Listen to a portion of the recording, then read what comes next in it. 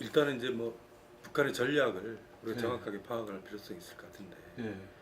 그러니까 이제 이 북한의 핵 미사일 그 움직임이라는 거는 예. 뭐 서로 그 관계의 성격에 따라서 영향을 많이 받는 것 같습니다. 그래서 대체로 보면은 이제 이 속도를 늦추거나 아니면 이제 다른 해법을 모색할 수 있는 기회들이 예. 과거에 좀 있었던 것 같은데 2015년 같은 경우도 마찬가지고, 그리고 이제 트럼프 정부가 출범했을 때 이제 좀 이렇게 그 상황이 달라지면서 예. 여러 가지 기회들이 있었을 것 같은데 그런 기회들을 살리지 못한 거고요. 이제 그러다 보니까 이제 북한 입장에서는 일단은 핵 억지력을 확실하게 확보를 하는 게 자기들한테 유리하다, 예. 이렇게 판단을 하는 것 같습니다. 그러니까 뭐 그런 부분들은 여러 가지 상황 변화를 고려했을 때 이게 이제 뭐 트럼프 정부도 이제 최대 압박과 관여인데 예. 뭐 관여에 대해서는 아무런 그 제시가 없는 상태에서 이제 최대 압박만 있다 보니까 북한도 최대 억지로 지금 대응을 하는 것 같아요. 예. 그러다 보니까 이제 당연히 남북 관계가 들어설 수 있는 여지가 아주 확 축소되는 예. 그런 상황이 현재 상황인 것 같습니다. 일단은 이 발언의 어떤 의미도 저는 이제 중요하다고 생각을 합니다. 그 이제 역사적으로 보면은 우리가 1954년에 한미 상호방위 조약을 맺은 이후로 사실 한미 상호방위 조약을 맺을 때도 이제 미국은 그런 부분들에 대해서, 그러니까 한국 전쟁이 끝나고 나서 일종의 북한이나 이런 그 군사적인 그 방어를 위해서 어떻게 할 것인가 이런 부분들도 고려 대상이었지만 예. 이승만 대통령의 북진 통일론에 대해서 너무 호전적이니까. 그렇죠. 그런 부분들에 대해서도 하나의 대응 방안으로 예. 이걸 이제 제시를 했단 말이죠. 예. 그 이후에 뭐 박정희 정부나 기타 등등에서 이제 미국은 이게 냉전 시기에 항상 한반도 상황 관리자로서 역할을 해왔는데 이제 그런 차원에서 보면은 이제 트럼프 대통령의 최근에 이제 여러 가지 발언들, 그런 부분들은 또 보면은 한미 정상회담에서 나름대로 대화를 통해서 해결을 하고 한국의 주도적 역할을 인정을 했음에도 불구하고 여러 가지 그 자극적인 그 발언들을 한다라는 것은 매우 우려할 만한 상황이고요. 이제 그런 부분들이 이 사태를 더 악화시키는 경향이 있지 않습니까? 그런 차원에서 보면은 우리 정부에 대해서 우리 국내적으로도 그러니까 이제 이런 상황에 대해서는 우리가 좀 목소리를 내야 되는 게 아니냐, 이제 라는 요구들이 적지 않았던 것 같고요. 예. 그런 차원에서 대통령께서 이 말을 하는 게 저는 이게 정세상으로 예. 좀 필요했다라는 생각이 들고요. 이런 이제 원칙을 이제 얘기를 한 상태인데 이 원칙을 좀 더 실현할 수 있는 구체적인 방안들이야 이제 뭐 마련해야 되겠죠. 예. 그 이제 여기서 이제 가장 중요한 게 그 한미 군사 훈련에 대한 좀 정확한 이해, 이런 게 좀 필요한 것 같습니다. 예. 그러니까 뭐 그 군사 훈련이야 군대를 가진 국가들은 이제 일상적으로 뭐 하는 거야. 뭐 중국도 하고 북한도 하고 누구나 다 하는 거 아니겠습니까? 예. 그리고 한미 군사 훈련의 역사도 사실은 뭐 굉장히 오래되고요. 근데 지금 최근에 이제 문제가 되는 부분들은 우리가 이제 통상적으로 이제 군사 훈련이라는 게 상대의 침략을 가정했을 때 우리가 이게 어떻게 방어를 하고 뭐 이런 여러 가지 부분들에 대해서 훈련하는 거 아니겠습니까? 근데 하여튼 뭐 2010년을 기점으로 해서 군사 훈련이 방어적인 성격에서 공격적인 성격으로 굉장히 그 바뀐 측면들이 있고, 그 다음에 무력에 대한 과시, 아무래도 뭐 전략 무기들이 출현한다든가, 뭐 여러 가지 그 군사훈련의 형식과 내용 이런 부분들이 그 굉장히 좀 달라진 것 같아요. 그래서 뭐 저도 그렇고 문정인 교수님도 뭐 비슷하게 말씀하셨는데, 군사훈련을 중단하는 문제는 조금 다른 문제일 겁니다. 그러니까 지금은 이제 우리가 고려할 수 있는 거는 군사훈련의 정상화라고 해야 될까요? 일종의 이제 2010년 이전으로 이제 통상적인 그 상황에서의 훈련의 내용이나 규모나 이런 부분들을 좀 정상화할 필요성이 있다. 이거는 꼭 현재 정세의 대응이라는 측면보다는 우리 이제 통상적인 군사훈련을 하는 방식에 대해서 우리가 한번 짚어볼 만한 건데, 단지 지금 이게 이제 너무 그야말로 이제 이 긴장이 고조된 것이 오래 지속이 됐고, 그리고 이게 이제 뭐 긴장이라는 게 주거니 받거니 하는 건데, 주거니 받거니 하다 보면 당연히 상승되는 이제 측면이 있는 거고요.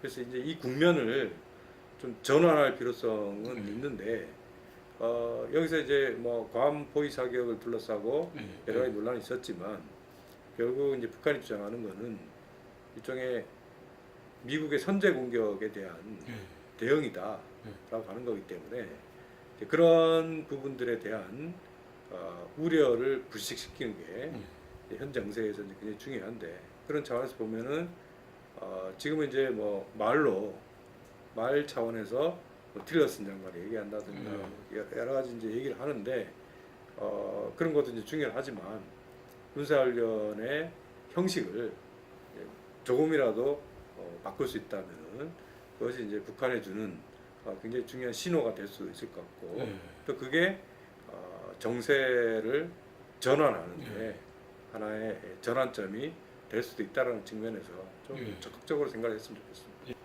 이게 이제 현 정세에서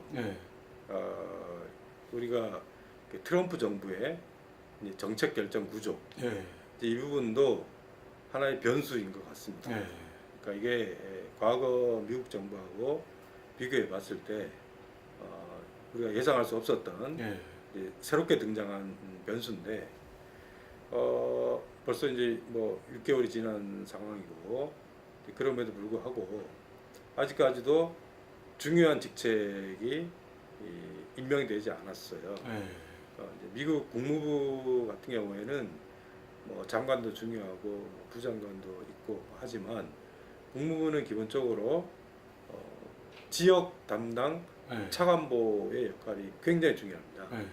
근데 지금 그 지역 담당 차관보들이 거의 임명이 되지 않았고, 특히 동아태 차관보, 이제 북핵 문제나 뭐 한미 옛날에 어떤 갈로치 같은 그런 그렇죠. 뭐 이런 거를 일종의 이제 뭐 동북아에서의 이제 중요한 현안들을 좀 결정하는 그 직책이 동아태 차관보인데, 동아태 차관보가 아직도 임명이 안 돼 있습니다.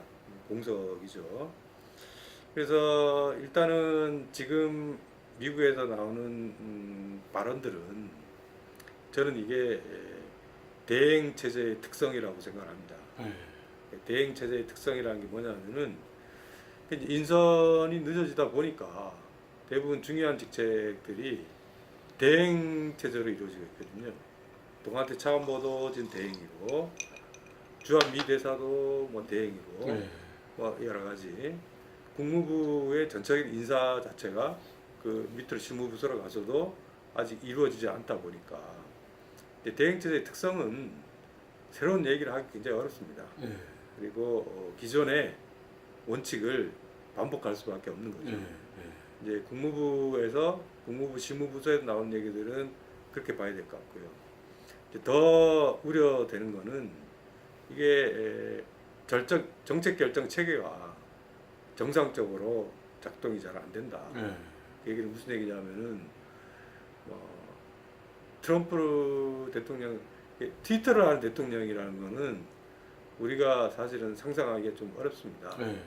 대통령의 발언이라는 거는 실무 부서에서 충분히 정보 판단과 부처 간 협의와 네. 그런 걸 통해서 최종적으로 결정되는 방식인데, 그런 게 이제 대통령의 발언이나 연설문이나 기자회견이나 결정되고 그게 사실 정책이지 않습니까? 네.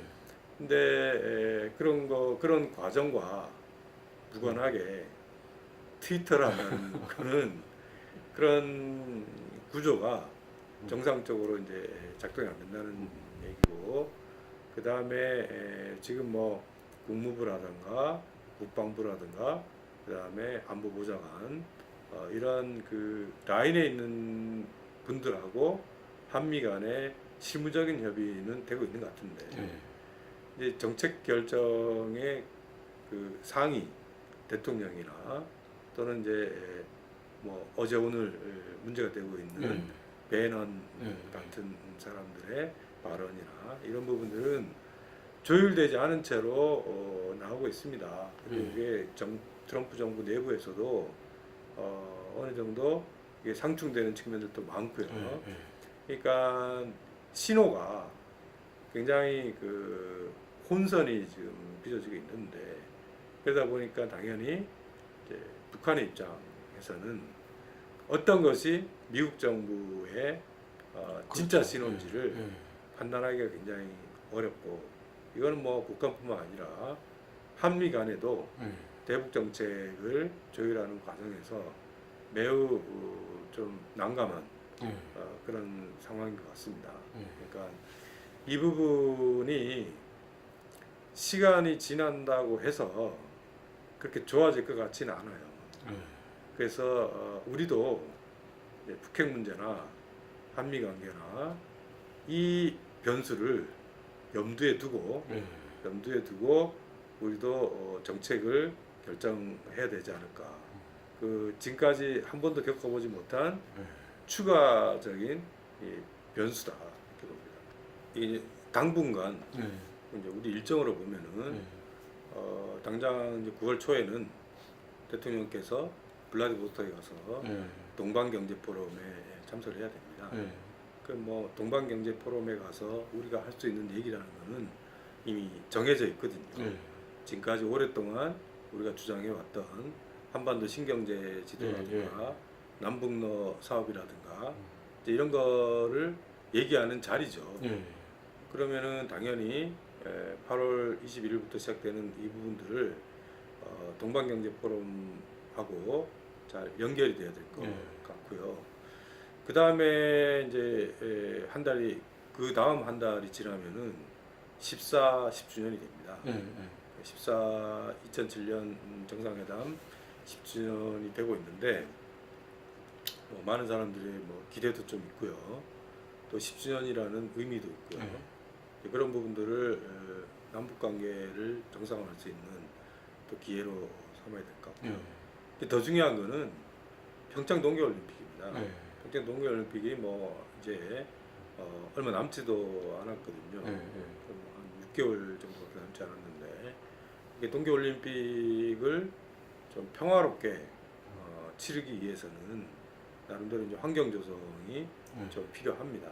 이제 그런 차원에서 보면은 일단 당장에 한미 군사훈련 부분들을 이 이후에 이제 정세를 고려해서 이게 어떻게 잘 넘기느냐, 이게 중요할 것 같고요.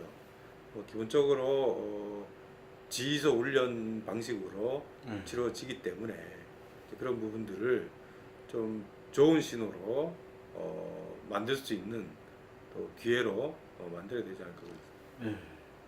뭐 저는 뭐 구체적인 거는 잘 모르겠고요.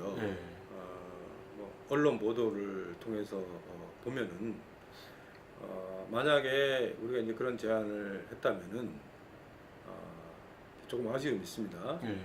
그런 제안을 그런 것이 제대로 작동을 하기 위해서는, 그런 제안을 하는 이유는 결국에는 이 사드 문제를 갖고 미중 간의 그 틈바구니에서 우리가 그대로 이제 피해를 감수하는 이 난관을 좀 적극적으로 돌파를 한번 해보자라는 거 아니겠습니까? 네. 결국에는 그게 뭐 미중 간에 풀어야 될 문제이기도 하고 네. 그런 부분들인데 뭐 그런 제안이 현실적인 의미를 갖기 위해서는 논의를 시작하면서 사실은 그 사드 문제의 진도를 네. 멈췄어야죠. 네.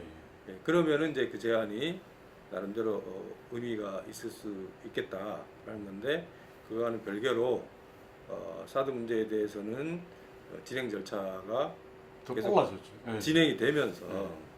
그런 부분들이 과연 중국을 얼마만큼 설득할 수 있을지 네. 좀 의문이고요. 네. 이제 큰 틀에서 보면은 북핵 문제의 평화적 해법과 사드 배치 문제는 상충됩니다. 네. 결국에는 우리가 이제 북핵 문제의 외교적인 해결, 평화적인 해결은 우리 혼자 힘으로 할 수는 없거든요. 네. 그게 뭐 육자회담이 됐든 아니 뭐 사자회담이 됐든 뭐 여러 가지 형식의 외교적 해법의 형식이 있을 텐데 그 외교적 해법의 형식에서 중국이 차지하는 비중과 역할은 굉장히 중요합니다. 결국 뭐 육자회담으로 치면은 중국이 의장국이고 육자회담을 재개하는 데 있어서 중국이 얼마만큼 외교적으로 적극적으로 움직이느냐 이게 이제 굉장히 좀 필요하고요. 또 결국 미국을 움직이기 위해서는 이제 한국이 미국을 설득하는 만큼 이제 중국도 미중 사이에 북핵 문제에 대해서 뭔가 좀 합의를 모아가는 노력을 중국도 마찬가지로 해야 되고 또 그 과정에서 한중 간에 북핵 문제와 관련돼서 협의해야 될 내용이 굉장히 많습니다. 굉장히 많은데 우리가 이제 사드 배치를 추진을 하기 시작하면은 결국에는 한중 간에 북핵 문제의 공동 협력 이런 부분들이 쉽지 않겠죠. 쉽지 않고 이제 중국은 기본적으로 사드 문제를 단순한 무기의 반입으로 보지 않습니다.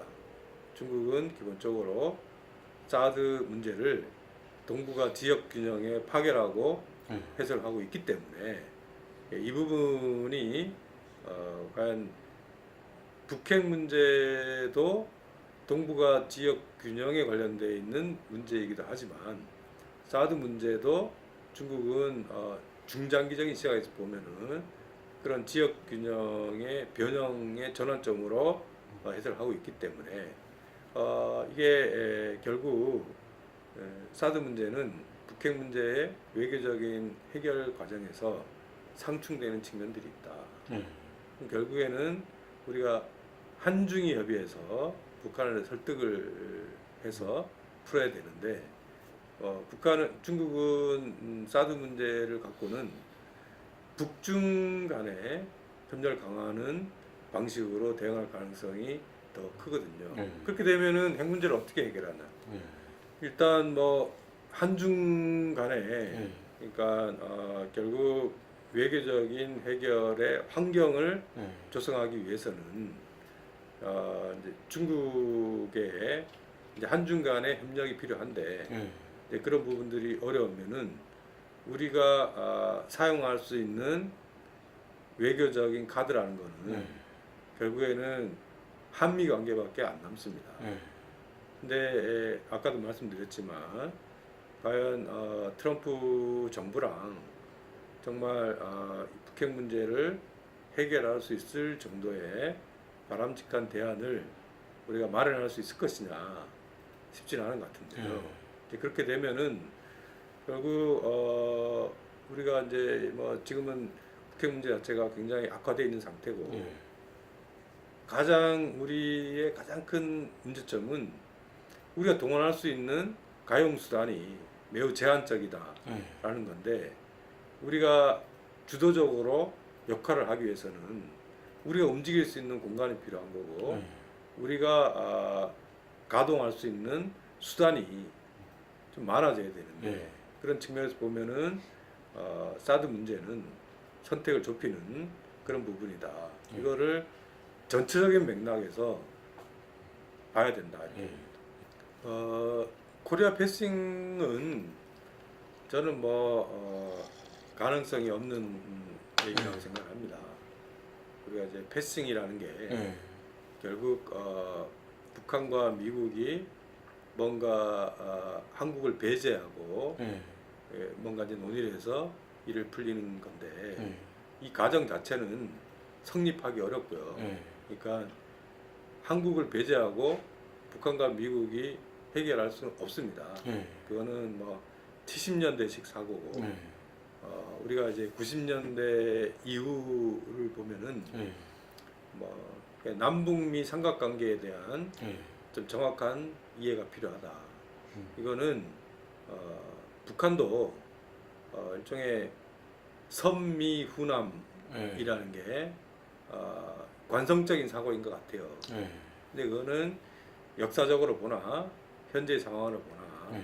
그거는 굉장히 잘못된 접근이다 예. 이렇게 생각하는데 왜냐하면은 결국 북한이 나름대로 자기들이 억지력의 근거라는 게 그거는 군사적인 공격 가능성에 대한 대응이다 이렇게 이제 얘기하는 거고 그거는 이제 더 원칙적으로 얘기하면은 관계잖아요, 관계. 예. 근데 관계가 악화되면은 서로 뭐랄까 이제 공격적인 태도를 보이는 거고 그 공격적인 태도에 대해서 자기들 억지를 갖겠다고 하는 건데 아시다시피 이 관계는 남북 관계가 중요합니다. 예.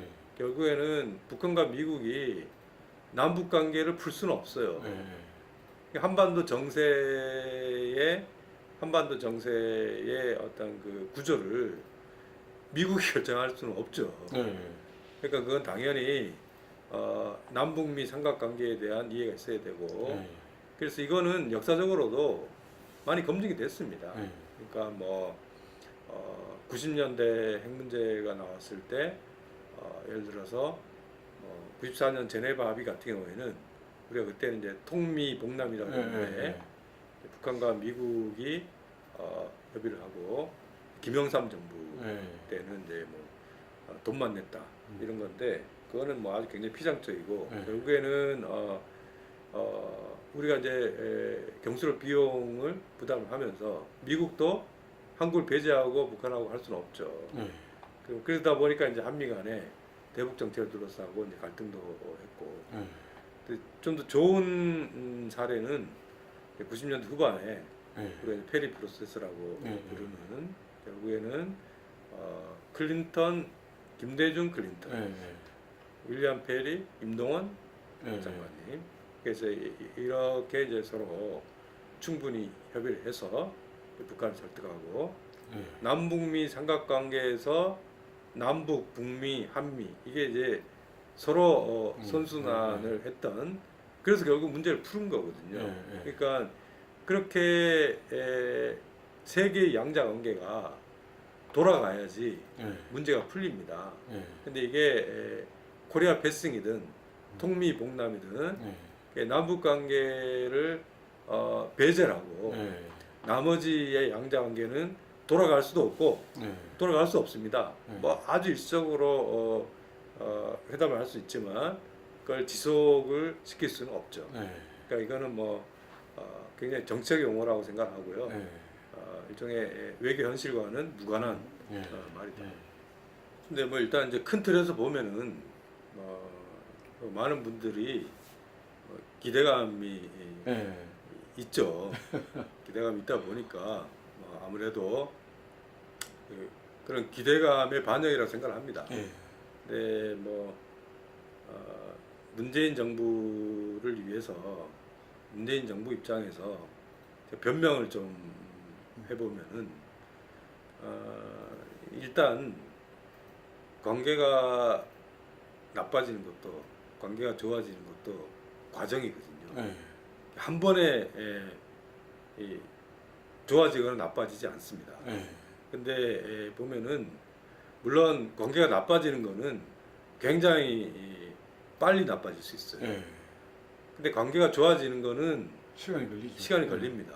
그러니까 우리가 이제 통상적으로 김대중 정부를 기억을 해보면은 2000년 남북 정상회담 했는데요. 사실은 98년 취임해서 98년, 99년 굉장히 어려웠습니다. 예. 뭐 차관급 회의도 무산되고 결렬되고 할 정도로, 그러니까 그거는 그 김영삼 정부 때 그 굉장히 악화된 남북 관계를 물려받았기 때문에 그 악화된 관계를 개선시키는데 시간이 좀 걸렸다는, 거의 2년 정도의 시간이 걸렸다는 거를 좀 우리가 기억할 필요가 있을 것 같고요. 아시다시피 뭐 이명박 박근혜 정부 9년 동안에 이 남북 관계라는 거는 우리가 뭐 남북 관계 제로 시대라고 얘기할 정도로 지금 모든 채널이 다 끊어진 상태고 모든 교류와 협력이 다 중단이 된 상태이기 때문에 이것의 그 신뢰를 회복하는 과정이 필요합니다.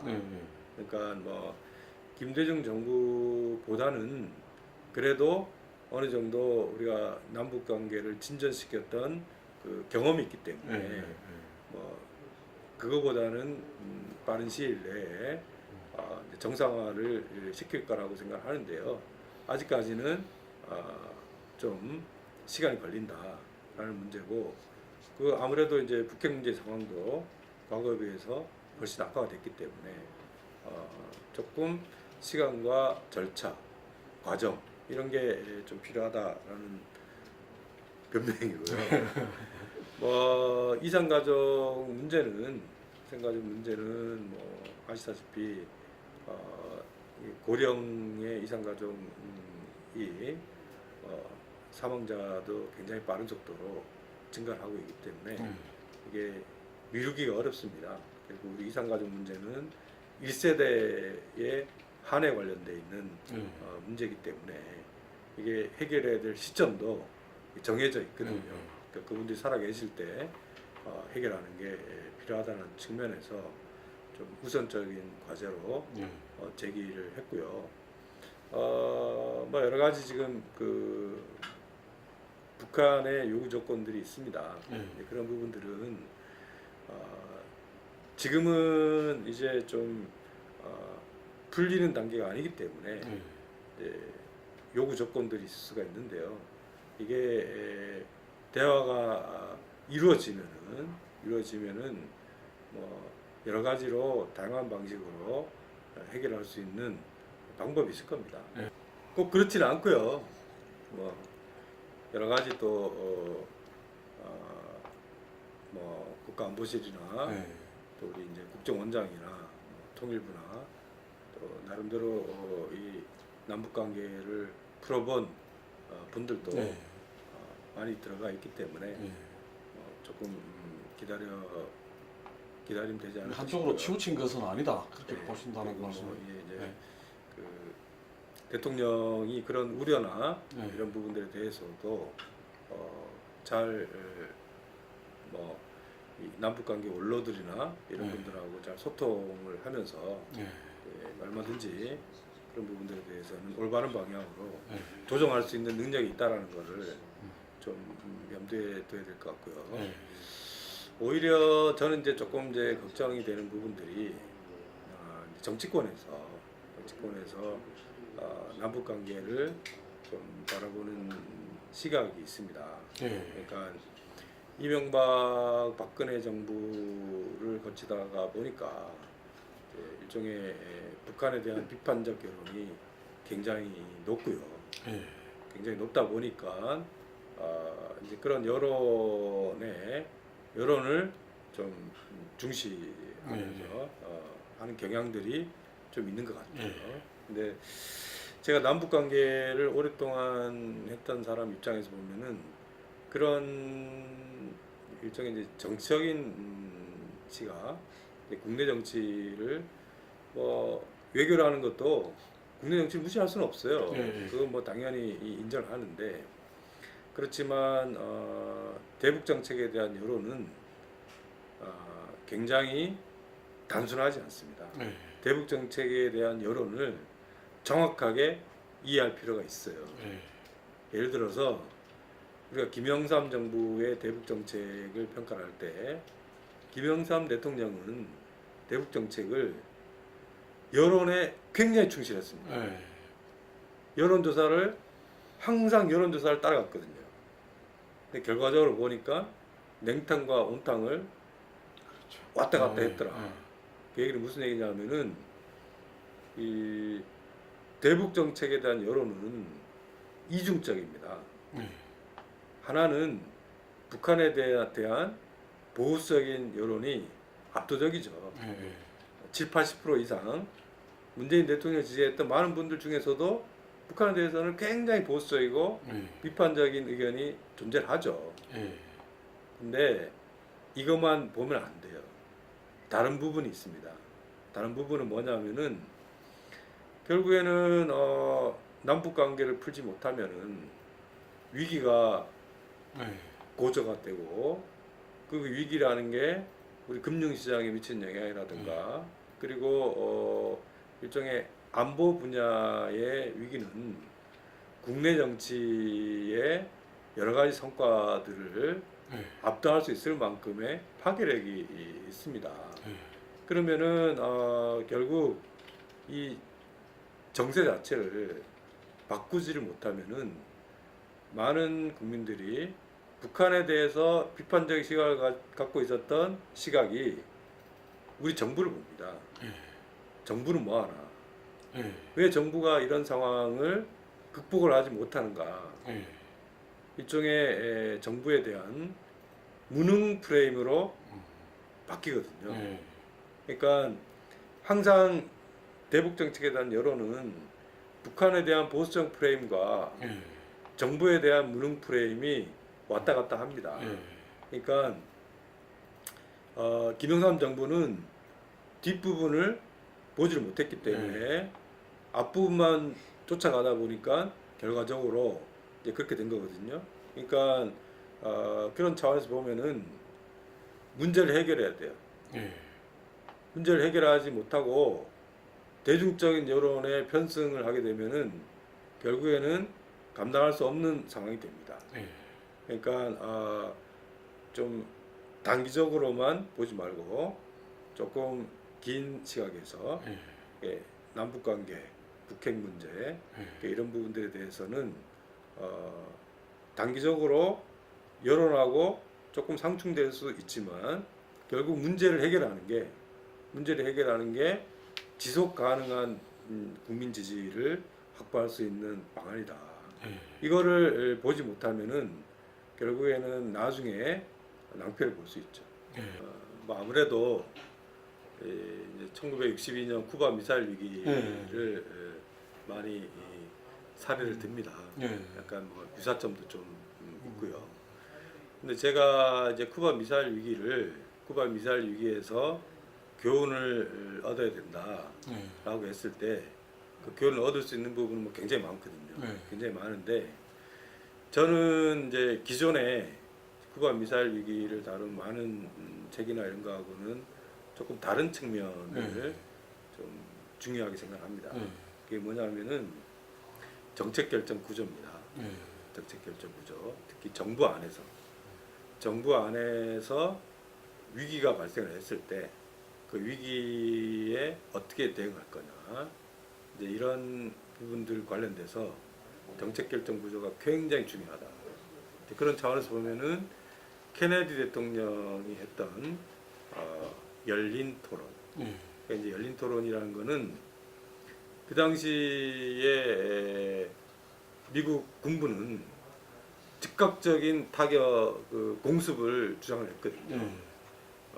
일단은 뭐 군사적인 차원에서 보면은 충돌이 불가피하다고 생각을 하면은 선제 공격이 훨씬 효과적인 거니까요. 근데 그런 주장을 했는데 이제 케네디 대통령은 그런 주장들을 제기가 됐을 때 어떻게 합리적인 그 결론으로 이끌었느냐. 그게 바로 그런 주장을 제기했을 때, 그렇게 했을 때 결과들에 대해서 충분히 토론했거든요. 그러니까 저는 쿠바 미사일 위기에서 케네디 정부의 정책 결정 구조에서 가장 인상적이었던 거는 장군의 주장에 대해서 일종의 계급이 훨씬 낮은 소령이나 중령들이 반박할 수 있는 분위기를 대통령이 만들었다는 겁니다. 그러니까 그런 열린 토론의 분위기를 이끌어낼 수가 있었던 거죠. 위기 시에는 정보도 굉장히 상충돼 있습니다. 정보라는 게 다른 결론을 낼 수 있을 만큼의 굉장히 뭐 아주 혼란스러운 정보들인데, 그런 정보들을 선별을 해서 가장 효과적인 바람직한 대안을 만들어내는 거는 결국 그걸 걸러내는 거고, 그런 차원에서 보면은 좀 경직된 거라기보다는 부처 간에 일단은 정부 안에서 부처 간에 충분히 논의를 해서 합리적인 대안을 도출하는 게 저는 가장 인상적이었고요. 물론 조금 더 바란다면은 결국에는 정부가 갖고 있는 모든 자원을 효과적으로 동원한 거 플러스 그 민간에서의 어떤 지혜들도 다양하게 서로 협의를 할 수 있다라면은 이거는 이제 일종의 집단 지혜가 필요하거든요. 항상 그런 차원에서 소통을 하는 게 굉장히 중요하다.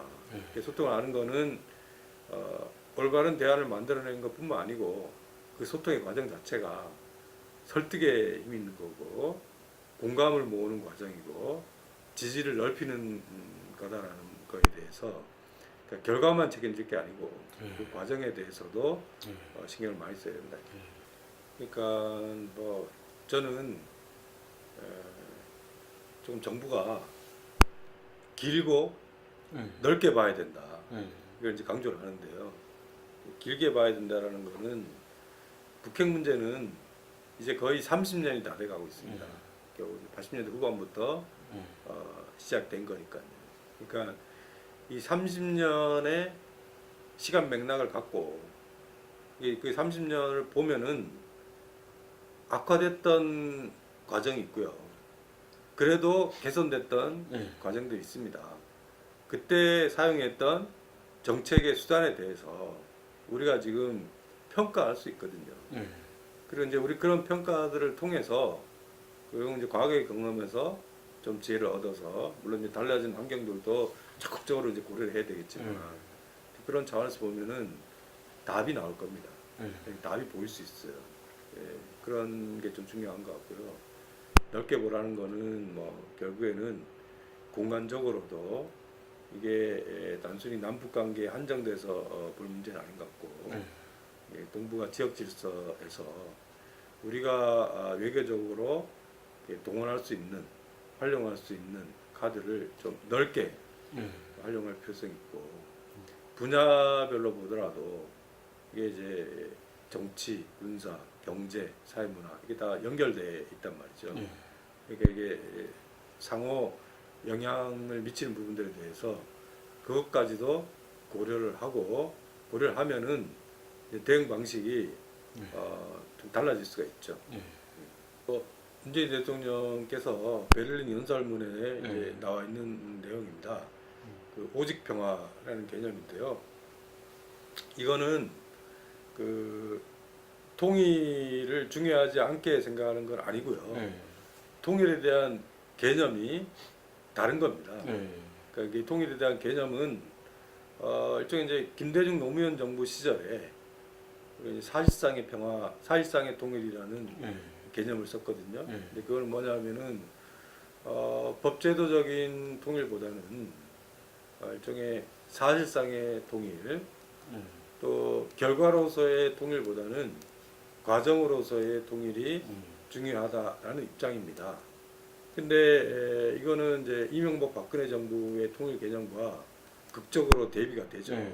이명박 박근혜 정부에서는 일종의 결과로서의 통일만 강조를 한 거죠. 네. 과정으로서는 이 대립을 심화시키면서 네. 그거는 사실은 말이 안 되죠. 네. 그러니까 그거는 뭐 통일이 이루어지지 않을 뿐더러 굉장히 잘못된 발상이고요. 이제 그 부분은 바로 결과로서 통일을 강조하는 사람들은 북한 붕괴론을 전제를 합니다. 네. 근데 사실상의 통일이라는 입장은 서로 공존을 전제로 해서 네. 지금 현재의 문제점들, 네. 군사적인 긴장 문제라든가 이제 평화 정책의 문제겠죠. 네. 결국 이제 평화 정착의 문제를 해결해 나가면은 경제 협력의 기회들도 많아지는 거고 이산 가족 문제를 비롯한 여러 가지 인도적인 문제들도 해결해 나가는 거고. 네. 그러니까 이제 그런 차원에서 문재인 대통령이 기본적으로 통일 개념을 사실상의 통일이라는 개념에 맞춰서 강조를 하는 거다. 그러니까 당연히 붕괴론도 아니고 인위적인 통일도 바라지 않고 이런 부분들에 있어서 적극적으로 얘기할 수 있는 거는 김대중 노무현 정부의 기본적인 통일 원칙을 다시 복원을 시켰다라는 의미가 저는 좀 중요하다라는 생각이 들고요. 그리고 이제 그런 차원에서 일단 이제 이 문재인 대통령의 발언은 통일을 어떻게 해석하냐 하면은 이명박 대통령이 통일은 도둑처럼 온다 이렇게 얘기했잖아요. 그건 북한 붕괴론입니다. 근데 문재인 대통령의 지금 연설문에 나오는 표현들은 그런 게 아니고 통일은 만들어가는 거다라는 거고 이 과정에서 우선적인 목표는 평화다라는 거를 강조를 하는 거예요. 그러니까 통일에 대한 개념이 다르다. 감사합니다. 이제 예. 시간을 내주셔서.